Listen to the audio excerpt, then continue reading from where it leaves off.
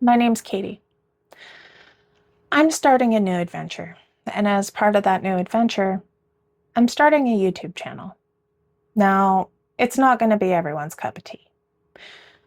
I am first and foremost going to say I can have the mouth of a sailor, though I'm going to try not to. I want to talk about a lot of things.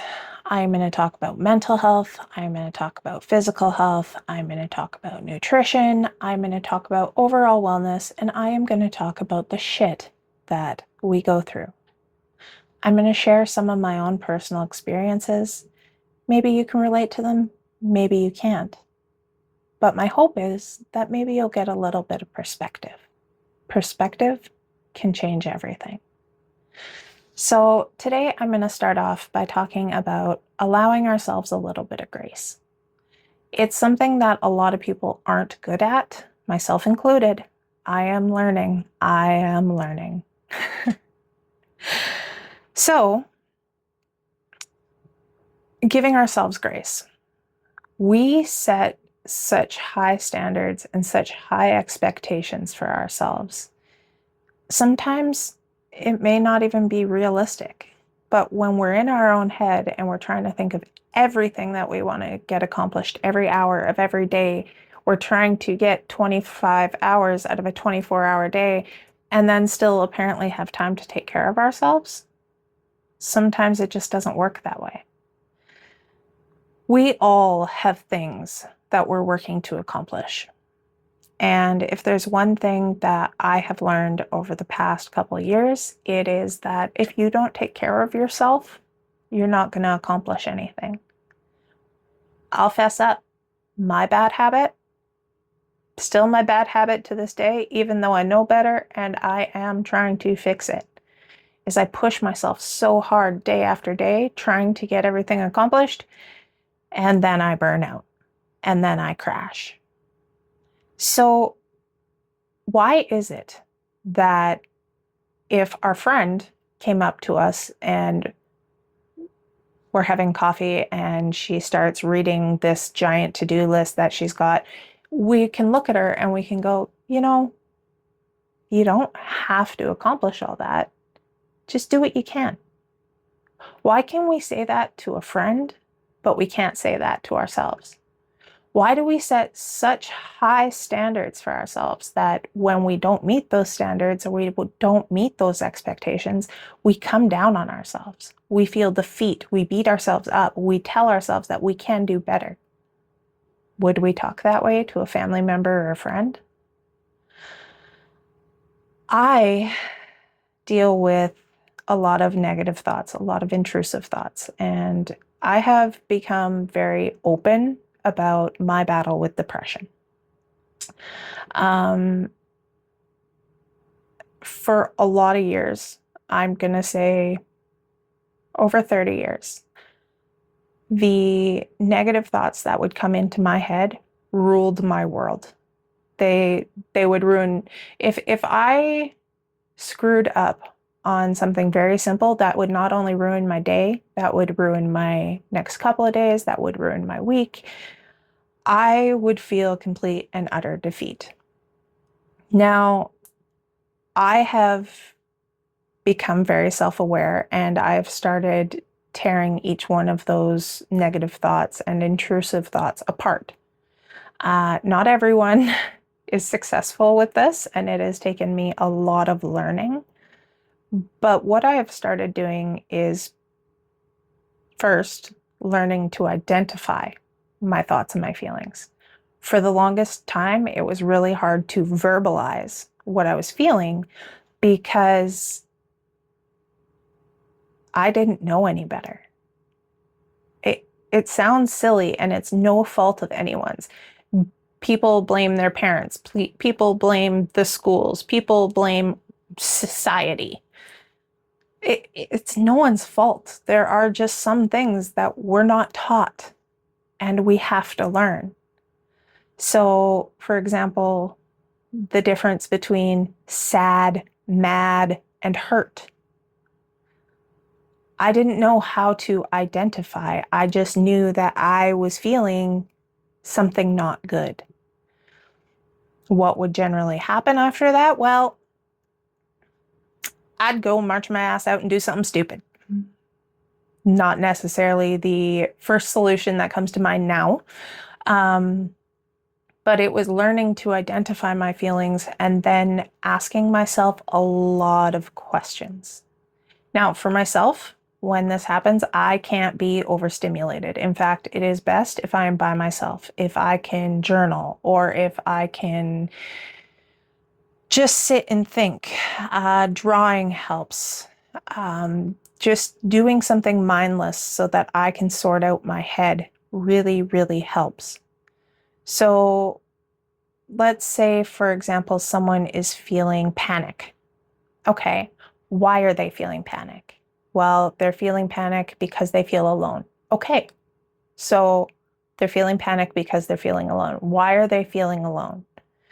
Well, there's maybe a feeling of abandonment that came from a situation. Okay, so you're feeling abandonment. Why are you feeling abandonment? Well, this particular situation brought up feelings or memories from an event as a teenager or as a child. Okay, so does what you're going through right now have anything to do with your memory or your feelings from back then? No. Do you feel as though you are alone? No. Do you have people in your corner? Yes. In my case, I have my husband. I have my friends. I have my family. I am not alone. Do I still feel panicked? No.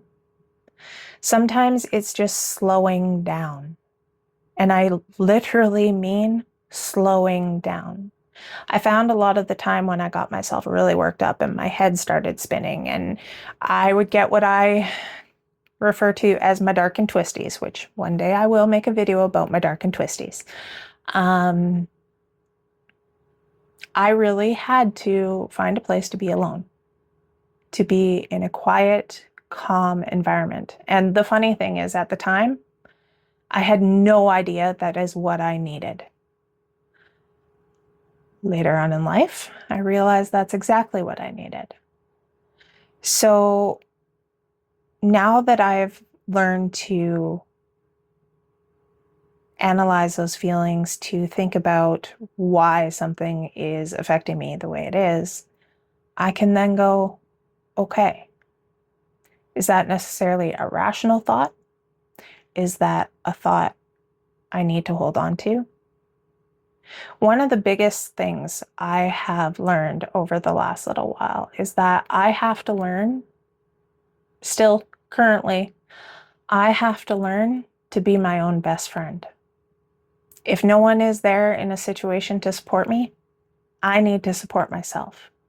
If I'm in a situation where there's no one there to give me love and compassion, then I need to give myself love and compassion. I need to give myself grace. I need to tell myself that even I have lists that are a mile long that I am trying to accomplish. It is okay if I don't. It's okay to not be freaking Superman. It is okay to not live up to what Becky on Facebook is accomplishing. It is okay to not go out looking like a supermodel all the time.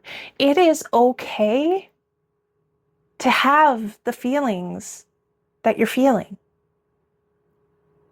It's okay. Allow yourself that grace. Allow yourself to know that you don't have to live up to what everyone else is doing or saying.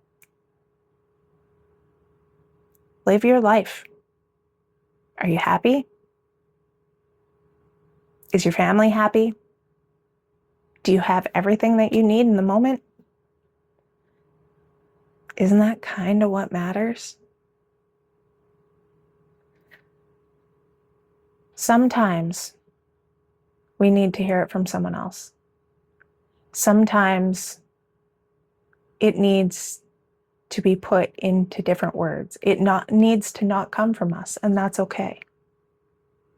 I have a couple friends that can recognize when I'm getting into my overthinking, negative thoughts, I'm just going to be bitchy type of a spot. And they're really good at pointing it out. Now, is that rude? No. No. I've actually extended the invitation for them to point it out. Because sometimes I need someone else to say, hey, it looks like you're being really hard on yourself. Why? I hope this video helps someone. I hope this video gives someone a little bit of perspective. I hope that this video and more videos yet to come are able to reach you here. My goal, my purpose, I have realized in life is to help others. I've had careers where I've worked in healthcare, where I've worked in emergency services. My passion is for helping other people. So if this helps you, like the video, share the video, subscribe to my channel.